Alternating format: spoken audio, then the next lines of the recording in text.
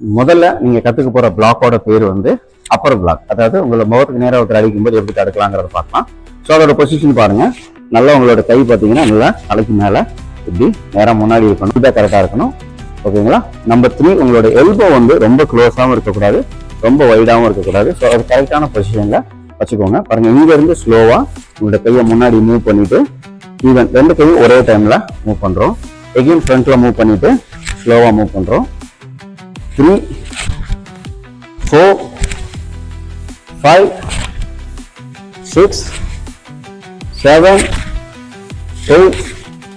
So இந்த மாதிரி நீங்க ஒரு 20-30 டைம் ப்ராக்டிஸ் பண்ணதுக்கப்புறம் இதை தொடர்ந்து எப்படி பண்ணோம் பார்த்தீங்கன்னா, நேராக பார்த்துக்கோங்க. 2 கையும் ஒரே மாதிரி இயங்கணும். ஸோ 1, 2, 3, 4, 5, 6, 7, 8. ஸோ இந்த மாதிரி உங்களுக்கு ப்ராக்டிஸ் நல்லா வந்ததுக்கப்புறம், உங்களுடைய மூவ்மெண்ட்லேயே உங்களுக்கு நம்பிக்கை வந்ததுக்கப்புறம் இதை நீங்கள் வேகமாகவும் செய்யலாம்.